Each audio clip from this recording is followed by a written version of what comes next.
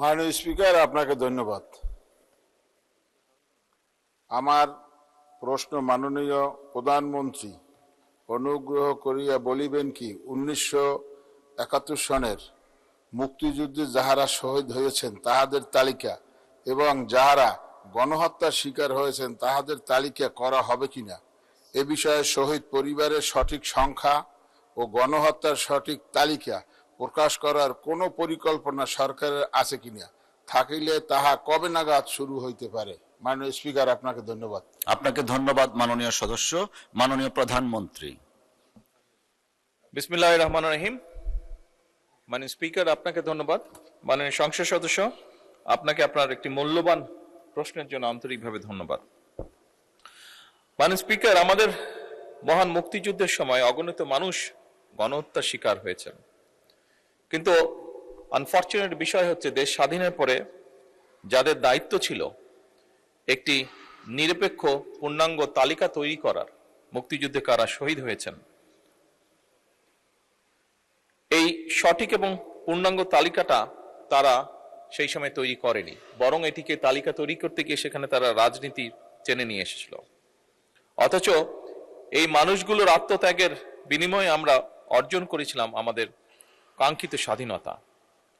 বিষয়টির গুরুত্ব অনুধাবন করে বর্তমান সরকার নির্বাচনী ইশতেহারে নিবিড় গবেষণার ভিত্তিতে মুক্তিযুদ্ধের শহীদদের একটি পূর্ণাঙ্গ তালিকা প্রণয়নের অঙ্গীকার ব্যক্ত করেছে। উক্ত অঙ্গীকার বাস্তবায়নের লক্ষ্যে প্রয়োজনীয় কার্যক্রম গ্রহণের জন্য এরই ভিতর মুক্তিযুদ্ধ বিষয়ক মন্ত্রণালয় বিভিন্ন উদ্যোগ গ্রহণও করেছে। এর মধ্যে রয়েছেন মাননীয় স্পিকার, এর মধ্যে রয়েছে মুক্তিযুদ্ধ বিষয়ক গবেষকদের নিয়ে বিশেষজ্ঞ সভা আয়োজন, বিভিন্ন অংশীজনদের সঙ্গে ধারাবাহিক আলোচনার মাধ্যমে একটি বিস্তারিত এবং বাস্তবসম্মত কর্ম পরিকল্পনা প্রণয়ন এবং অবশ্যই তার ভিত্তিতে কার্যক্রম গ্রহণ। এই ধরনের উদ্যোগ বাস্তবায়নের মাধ্যমে গণহত্যার শিকার এবং সকল শহীদদের একটি নির্ভুল ও গ্রহণযোগ্য তালিকা প্রণয়ন এবং তাদের আত্মত্যাগের যথাযোগ্য স্বীকৃতি ও মর্যাদা প্রদান করা সম্ভব হবে বলে আমরা মনে করি। মাননীয় স্পিকার, ধন্যবাদ। আপনাকে ধন্যবাদ মাননীয় প্রধানমন্ত্রী। মাননীয় সদস্য জনাব মোহাম্মদ রুহুল আমিন দুলাল একটি সম্পূরক প্রশ্ন করতে পারেন।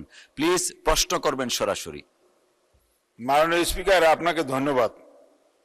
বিষয়টি যে মুক্তিযুদ্ধের বিষয়ে পোস্টের বাইরে কিছু করারও সুযোগ নেই। মাননীয় স্পিকার, আমার মাননীয় প্রধানমন্ত্রী মহোদয়ের কাছে প্রশ্ন, এই বাংলাদেশে অনেক ভুয়া মুক্তিযোদ্ধা আছে। আওয়ামী লীগের কর্মীদেরকে পুনর্বাসন করছে এই আওয়ামী লীগ সরকার, তাদেরকে মুক্তিযোদ্ধা হিসেবে নিয়োগ দিয়ে মাসে 20,000 টাকা ভাতা পায়।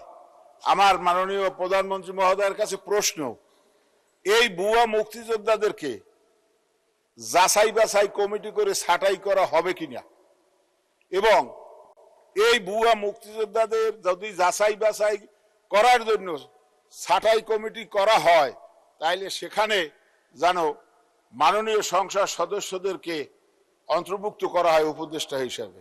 মাননীয় স্পিকার, আপনাকে ধন্যবাদ। ধন্যবাদ মাননীয় সদস্য। মাননীয় প্রধানমন্ত্রী। মাননীয় স্পিকার, আমার মনে হয় আপনার মাধ্যমে আমি মাননীয় সংসদ সদস্যকে বলতে চাই, খুব সম্ভবত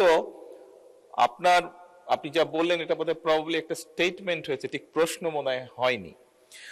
তারপরেও আমি বলতে চাই, আমি মনে হয় আপনি মূল যে প্রশ্নটি করেছিলেন সেখানে প্রথমেই আমি বলেছি দেশ স্বাধীনের পরে যাদের দায়িত্ব ছিল সঠিক শহীদদের, মুক্তিযোদ্ধাদের লিস্টটি প্রণয়ন করা, তারা সেটিকে রাজনৈতিকভাবে উপস্থাপন করেছে, তারা নিরপেক্ষভাবে সঠিকভাবে তারা করেনি।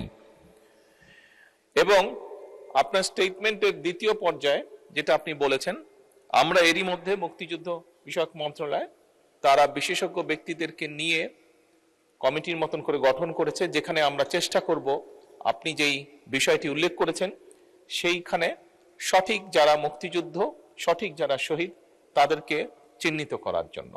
ধন্যবাদ মাননীয় স্পিকার। ধন্যবাদ মাননীয় প্রধানমন্ত্রী।